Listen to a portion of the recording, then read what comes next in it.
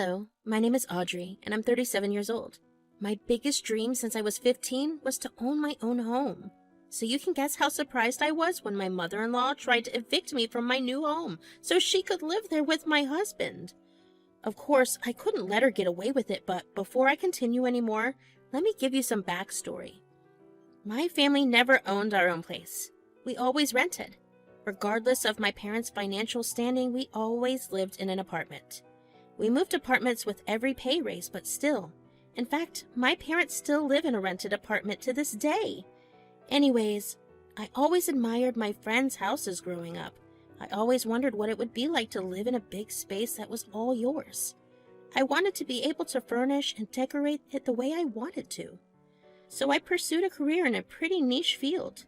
It was risky, but I managed to find a great job that paid me really well. I saved up for a couple of years and managed to have enough for a sizable down payment. I took my best friend along with me, and together we searched through a bunch of houses to find the right one for me. It took us about a month of non-stop searching to find my perfect house.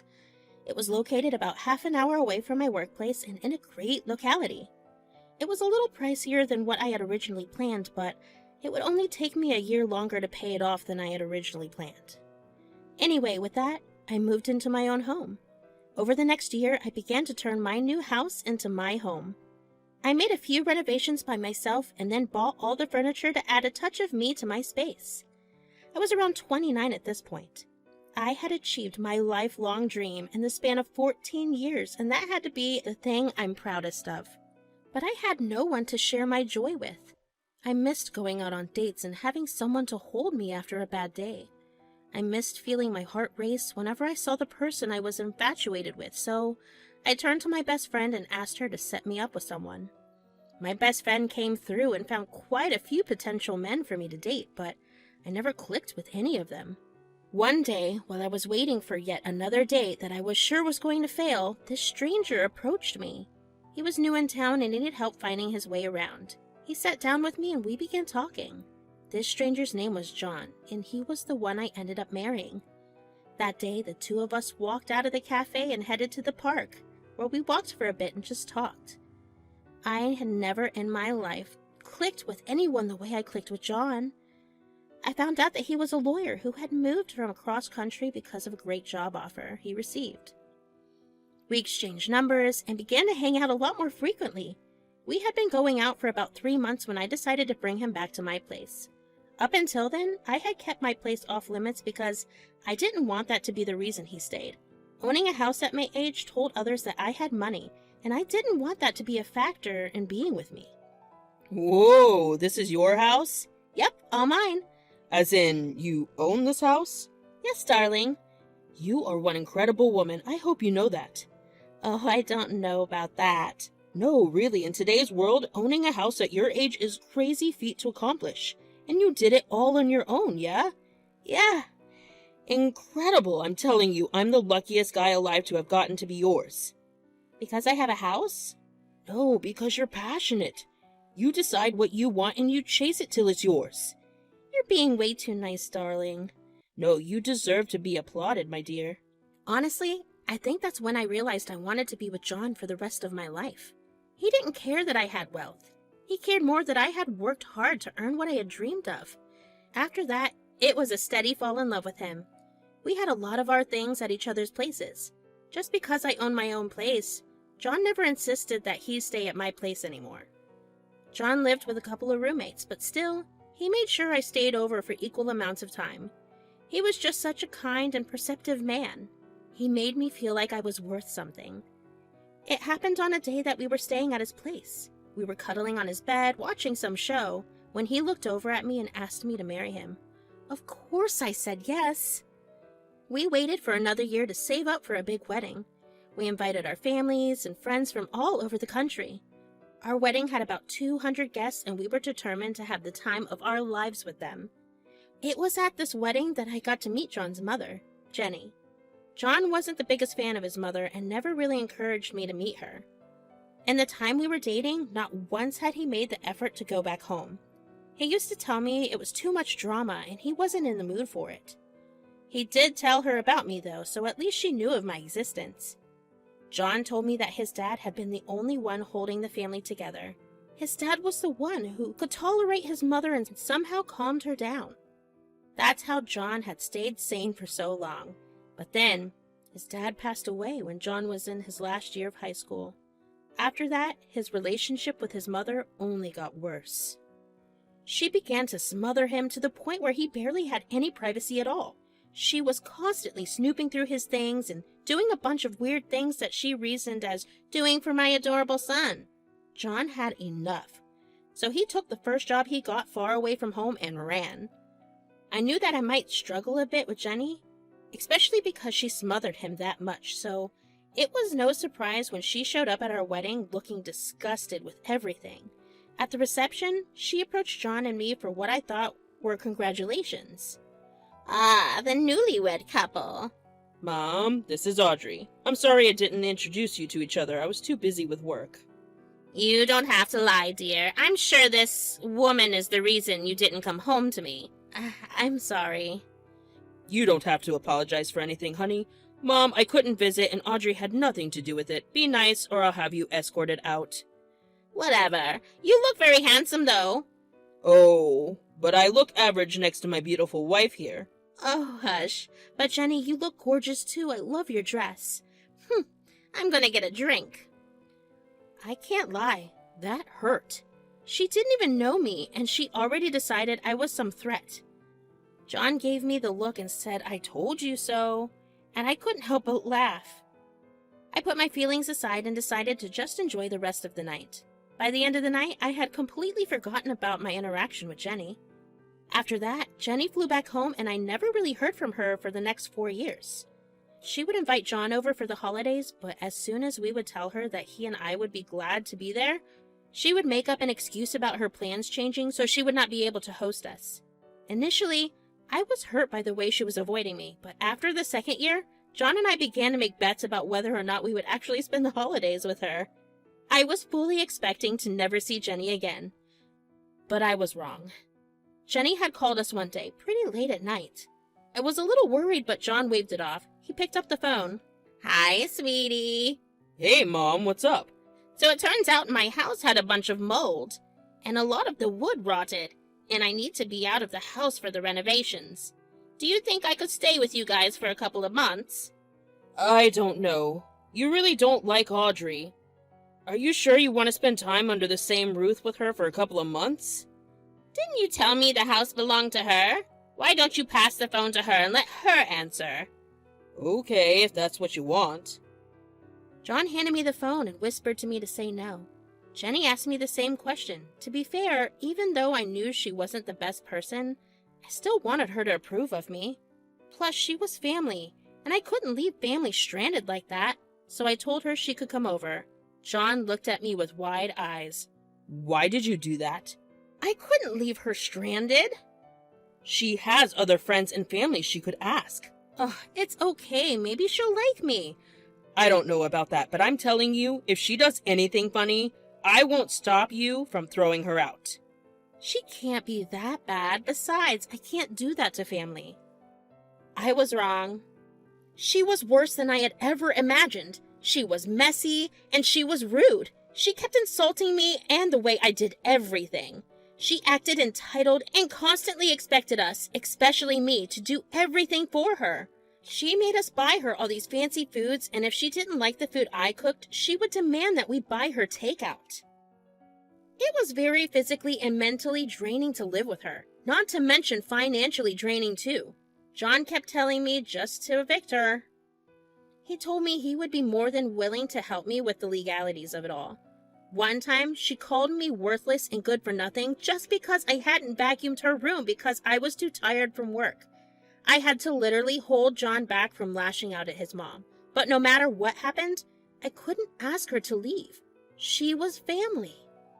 I decided just to focus on work and earn money I needed to pay off the house. I had been anxiously counting down the months till I paid off my house. I was finally there in my last month. I waited and waited until the month ended to get paid. When I finally did, I paid off the last of the house. The rush of excitement and happiness was uncontainable. I couldn't believe how far I'd come.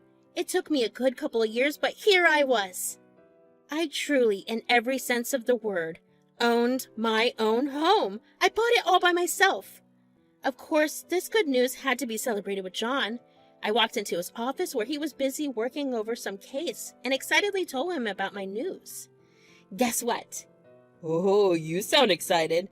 I have a feeling where this is going, though. Please just let me break the news to you. Fine, what's up? I paid off the house. What?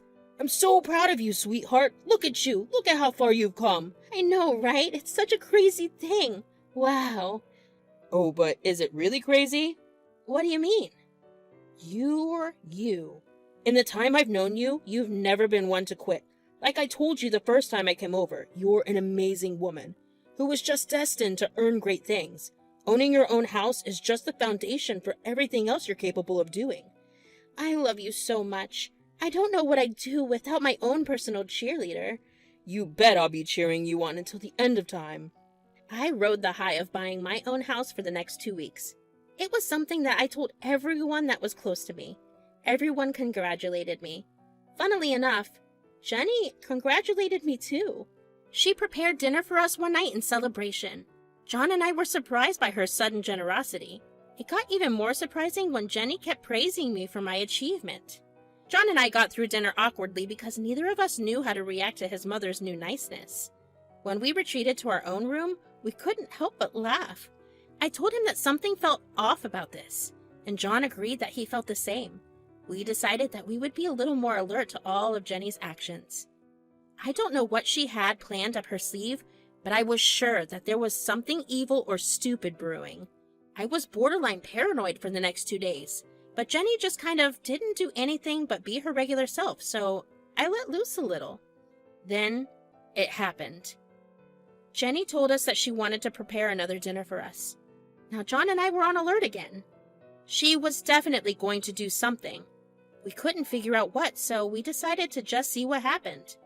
Dinner time came and we ate pretty well. We only made small talk during dinner, which only furthered my confusion about the whole dinner.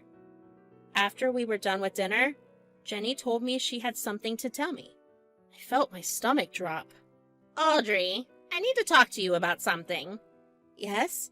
First of all, I feel like I should congratulate you once again for paying this house off. Thanks. Secondly, I need you to move out of here. Excuse me? Yeah, I will continue to live here with my adorable son. Why would I do that? Because I'm ordering you. This house legally became John's when you married him, and I'm sure he'll agree with me. And where will I live? You have enough money to find yourself another place. You do realize you could take your adorable son back home with you and live with him there if he wants to go with you, that is. Oh, about that. I kinda lied to you about why I came over here.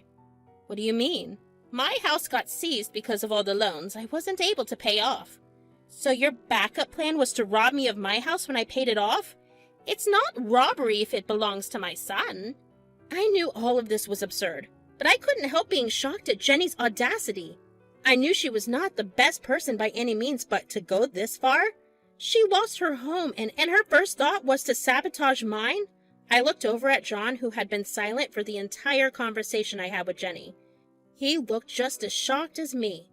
We made eye contact with each other, and he burst out laughing. Jenny and I looked at him in confusion. John continued to laugh for a good minute. He was laughing so hard he was clenching his stomach and wiping the tears from his eyes. Jenny looked irritated with every second that passed. Stop laughing! Either share it with us or shut up! Oh, Mom, you're just so funny. What do you mean? This house doesn't belong to me. Were you not listening to me, my dear? This house became yours the second you married her, honey. You're a lawyer. You should know about marital property. I know all about marital property. Don't worry, but Audrey bought this house way before me. It's hers. It's not considered marital property. But she only just paid it off. Doesn't matter. It's all hers. Oh, but I'm sure you'll be able to find some way to get the house off her hands so we could live together happily. The sheer audacity you have to walk into Audrey's house, lie to her, treat her like crap, and then try to evict her is amazing. I would never live with you. But son, I did it all for you. You lost your house for me? Please, the only reason you didn't get thrown out these last few months is because Audrey kept telling me that I shouldn't treat my own mother that way. You wanted me out of the house? You treated the woman I love like she was trash. She bore with it silently and you didn't even let down. Tell me, why would I want you here? Son. Whatever, Audrey and I are calling it a night. John grabbed my arm and led me to my room. As soon as we shut the door, the both of us burst out laughing again. We were laughing in shock. I knew that Jenny was brewing some stupid plan, but this had to be the height of stupidity. We calmed down and decided to focus on figuring out what to do next. There was one thing that we were both on the same page about. We were not okay with Jenny lying to us. We didn't like how she thought she could steal either. That was the final straw for me. I will take all the bullying and all the insults, but meddle in my things and I will unleash hell. John was surprised by how angry I was. He asked me if I'd like to draw up the notice to quit he'd been asking me about for months. I was a little hesitant to do that because I didn't want Jenny to be homeless, but John assured me that his mother had another family that she could live with. I decided that we would give her the notice and that we would buy her the ticket to get out of here. 2 days later, I handed Jenny the notice. Her eyes widened as she read the notice that I gave her 1 month to leave my house. What is this? You can't leave me stranded and homeless for wanting the best for my son. We're not leaving you homeless. Unlike you, we don't plan on entirely leaving you destitute. I'll book you a flight to wherever you want, but that's it. John, say something. Are you really gonna let your wife evict me like this? Oh, I drafted the notice for you. And I don't see why it's unfair when you tried to do the same to Audrey. I can't believe that both of you would do this to your own family. Oh, please, Jenny. You literally tried to do this to me. If you're trying to get us to sympathize with you, you'll need to work harder on that. John, please don't do this to me. Look, if this was all you had done, I would have been on board with letting you stay here until you found your own place. But this is on top of the way you treated Audrey. You deserve this. I hope you grow from this. That's all I have to say. Over the next month, Jenny kept trying to convince us to let her continue staying with her. But neither of us wanted to deal with her any longer. When it came time to leave, she decided to go stay with her brother. He would help her get back on her feet, but John made sure to warn him about Jenny's behavior that caused her to get kicked out of my place. His uncle assured him that he would keep a watchful eye on Jenny, and if she tried anything funny, he would kick her out immediately. After Jenny left, John and I were just happy to have our space back to ourselves. I finally felt like I could breathe in my own home. I had not realized just how restricted I had felt until Jenny left. That night, John and I celebrated with wine, junk food, and crappy reality TV. John decided to keep low contact with his mom. The only time he ever spoke to her was whenever she called, which she did once a month. Apparently, she was still salty about how things hadn't worked in her favor. She complained about how her brother was being too strict with her and that she was upset we told him everything. I'm just glad someone was holding her accountable and putting her in her place. In the end, I worked hard for my dream, and nobody, not even family, could take that away from me. If there is something that I want to tell you through this experience of mine, it is to never give up on your dreams and to always surround yourself with people who truly value and care for you. Believe me, there's no greater feeling than sharing your happiness with someone who wants to share it with you because they love you.